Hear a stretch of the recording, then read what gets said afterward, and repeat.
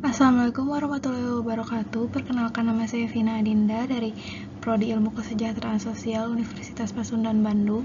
Di sini saya akan menjelaskan tentang etnografi, studi manusia dan kebudayaan. Pertama-tama di sini saya akan menjelaskan pengertian dari etnografi. Etnografi di sini adalah suatu bidang penelitian ilmiah yang sering digunakan dalam ilmu sosial, terutama dalam antropologi dan beberapa cabang sosiologi.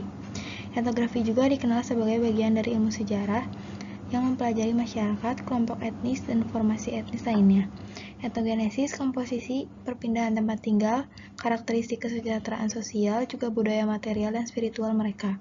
Etnografi sering diterapkan untuk mengumpulkan data empiris tentang masyarakat dan budaya manusia.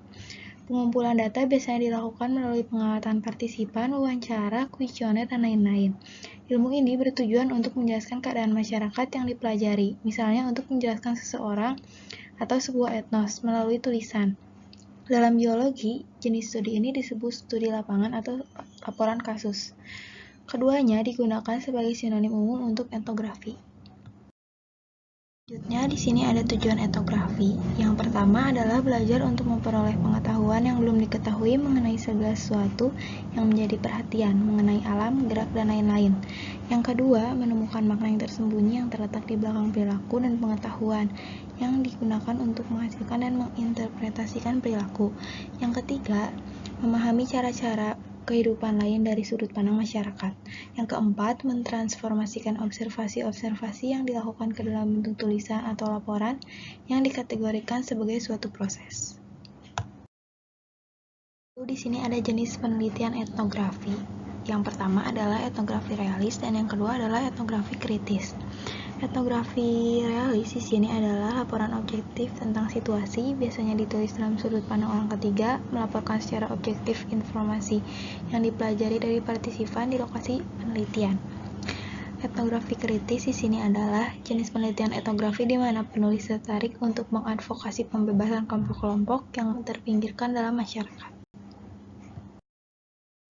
Lalu di sini ada tahapan penelitian etnografi. Menurut Spadley, prosedur siklus penelitian etnografi mencakup 6 langkah, yaitu pemilihan suatu proyek etnografi, yang kedua pengajuan pertanyaan etnografi, yang ketiga pengumpulan data etnografi, yang keempat pembuatan suatu rekaman etnografi, yang kelima analisis data etnografi, yang keenam adalah penulisan sebuah etnografi.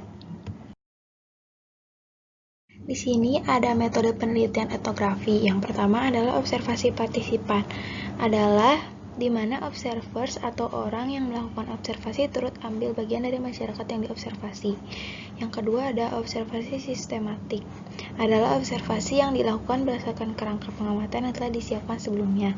Yang ketiga ada observasi eksperimental. Di sini adalah sebagai cara penyelidikan yang relatif murni untuk menyelidiki pengaruh kondisi-kondisi tertentu terhadap tingkah laku manusia. Lalu ini adalah unsur-unsur dalam kebudayaan yang dapat dijadikan sebagai kerangka etnografi. Yang pertama adalah sistem teknologi, yang kedua adalah sistem pengetahuan, yang ketiga adalah sistem religi, yang keempat adalah bahasa, yang kelima adalah sistem mata pencaharian, yang keenam adalah organisasi sosial, dan yang ketujuh adalah kesenian.